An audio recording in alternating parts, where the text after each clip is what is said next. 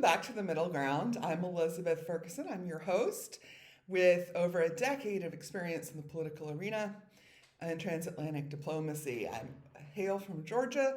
I vote in Georgia. So it's been at the epicenter of a lot of activity in the last couple of years regarding Trump's election cycle.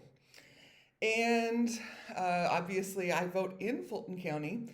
So attacks in 2020 made on Fulton County election staff and my elected representatives, Secretary of State, Governor, etc., all impact me directly because that's where I vote. Those are the people who enable me to vote, right? The people in the Fulton County Election Office Division enabled me to vote. So I've had a lot of strong feelings watching people who work to help me vote, who are my elected representatives in Georgia, being attacked personally impacts me directly. So I did want to respond to some news this week. Obviously, there was a big grand jury regarding the Fulton County District Attorney's charges against Trump and other conspirators. This week, there's been a lot of news about recommendations from this grand jury about other people who should be indicted, who should be included in this conspiracy. Three main people: former Senator Kelly Loeffler, who was never elected, only appointed by Governor Brian Kemp, and I have a lot of opinions about that. But I fired her. We fired her. She's no longer representing me in any way, elected or not. Senator David Perdue, I voted for one time for a specific purpose, and he failed to do what he promised to do. So I fired him as well, because he also then veered away from what I felt represented Georgia's interests in aligning himself with Donald Trump. The third person is Lindsay Graham, who is still an elected official. So the former senators from Georgia, Loeffler and Perdue, have both been fired. Georgia voters have already said, no, thank you. We don't want you to continue representing us. We don't feel that your activity representing Georgia aligns with Georgia's interests. So they have already been taken out of their jobs. They do not hold any official position in government. They have no impact in the future on my ability to vote and my voting rights. Should they be held accountable? Absolutely. But my major concern is the future of my voting rights. So Senator Graham is still in a position of government, not in Georgia. He represents 0 Georgia voters, and this is something he's had a problem understanding. And I did another video on the 14th Amendment, and I talked about this very weird relationship between Georgia and South Carolina, where South Carolina has always put a lot of pressure on Georgia to become more involved in slavery economy than Georgia historically was aligned or put in a position to do. And during our Senate election last summer, Senator Graham could not separate himself from Herschel Walker's campaign. And this was something I used prominently to promote why we should not have Herschel Walker elected to represent Georgia's interests, because he was going to do whatever Senator Graham told him to do. States compete economically. Georgia and South Carolina have very similar economies. We compete for jobs. We compete for economic opportunities. And so if Senator Graham is going to tell Herschel Walker how to vote, Senator Graham is going to tell Herschel Walker to vote for South Carolina to get these opportunities instead of Georgia. So this was a big component of my conversations with Georgia voters last summer, why we needed a senator who was going to represent Georgia's economic interests. And Jon Ossoff has been a great example of this. But I'm getting a little bit off topic. But it is related to the incident in 2020 when Senator Graham called my Secretary of State Brad Raffensperger and told Brad Raffensperger to throw out my vote. And so I've seen a lot of people asking people questions like, what do we think about Senator Graham? Should he be indicted? Well, the only opinions that really matter are the people impacted, who are the voters of Georgia. That's what makes the Fulton County District Attorney's case potentially different from Jack Smith's case about the documents, is that they're actual victims of these crimes, right? Classified documents, the entire nation are potentially the victims of these crimes of having our security breached. So we have a government that has security measures and clearances about classified information, right? So that's our government. Our government has classified information. So the entire citizenship of the United States is impacted when that's breached or violated.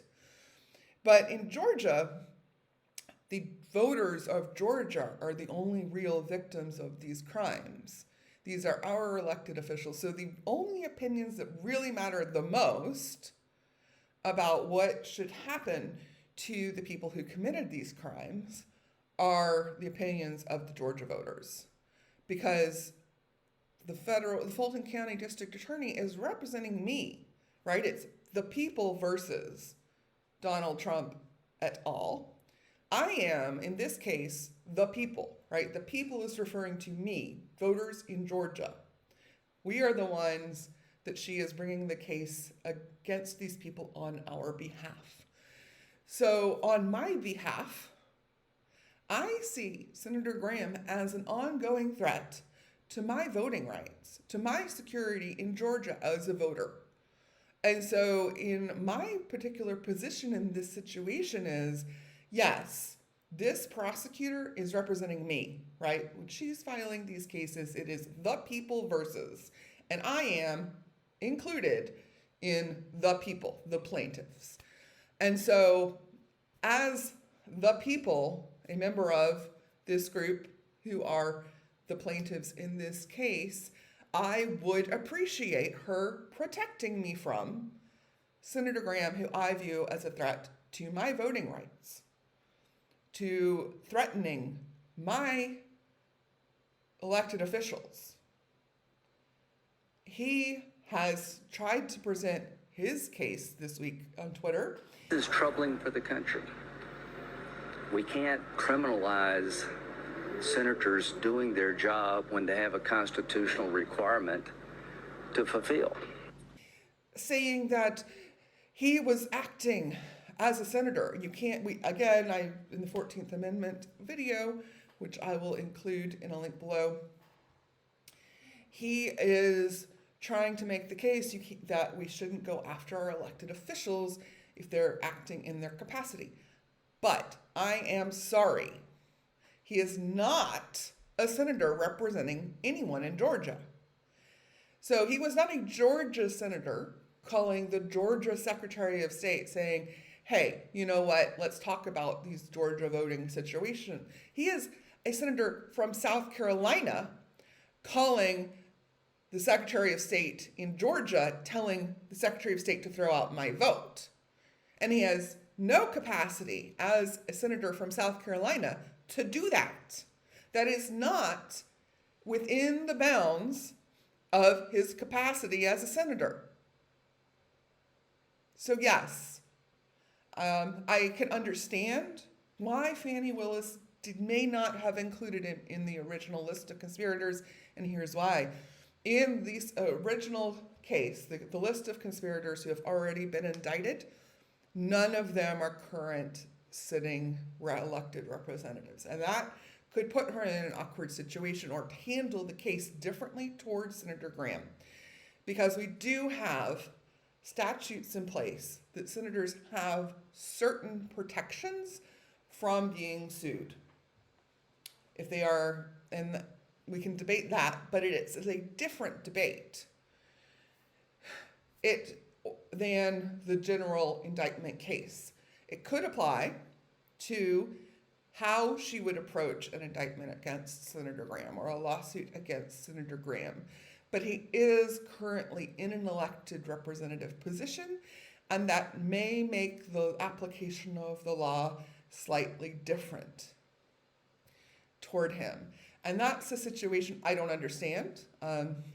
She has clearly told Jim Jordan, and I got opinions about Jim Jordan, but this video is about Lindsey Graham, because Lindsey Graham was recommended by this grand jury, should be indicted. So far, Jim Jordan has not been recommended for indictment by a grand jury. So I'm going to leave Jim Jordan off the table at the moment. But she has tried several RICO cases. She understands this conspiracy charges. She understands how to apply them in Georgia. She probably also understands more about how you approach a sitting senator in terms of legal repercussions, more than I do. I am not a legal expert in these areas. But my personal feeling about the situation is that I would like protection. I consider Senator Graham a threat. I do not consider Senator Graham's actions within the jurisdiction that he holds. He acted outside of his duties as a representative or as a senator.